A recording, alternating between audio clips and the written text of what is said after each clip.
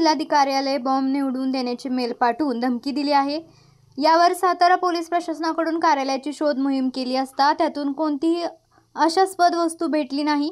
त्यामुळे जिल्हाधिकारी कार्यालय खुले करण्यात आले आहे। नागरिकांना भयभीत होण्याची गरज नाही, असा मेल कोणी केला, कशासाठी केला याचा संपूर्ण शोध सुरू केला आहे, अशी माहिती पोलीस अधीक्षक समीर शेख यांनी दिली आहे। सर्व नागरिकांसाठी माहिती आपण देतो। आज 12:18 एक ईमेल प्राप्त झालेला होता।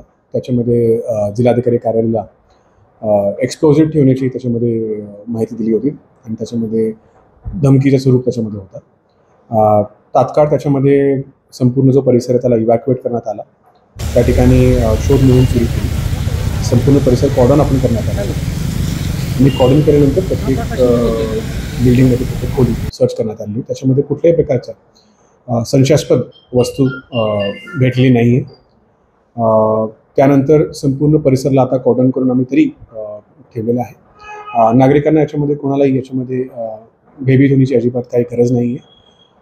तरीही याच्यामध्ये आम्ही हा व्यक्ती कोण होता आणि हा अशा प्रकारे ईमेल का त्यांनी केला याचा संपूर्ण शोध आम्ही सुरू केलेला आहे।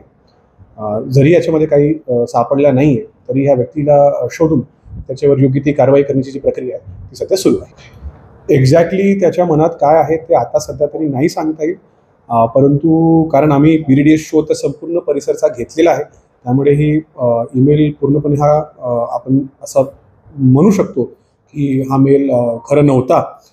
तरीही याच्यामध्ये त्याचा पाठीमागचा जो उद्देश आहे ते शोधणं गरजेचं आहे, हा व्यक्ती शोधणं गरजेचं आहे, त्याची प्रक्रिया सध्या सुरू आहे।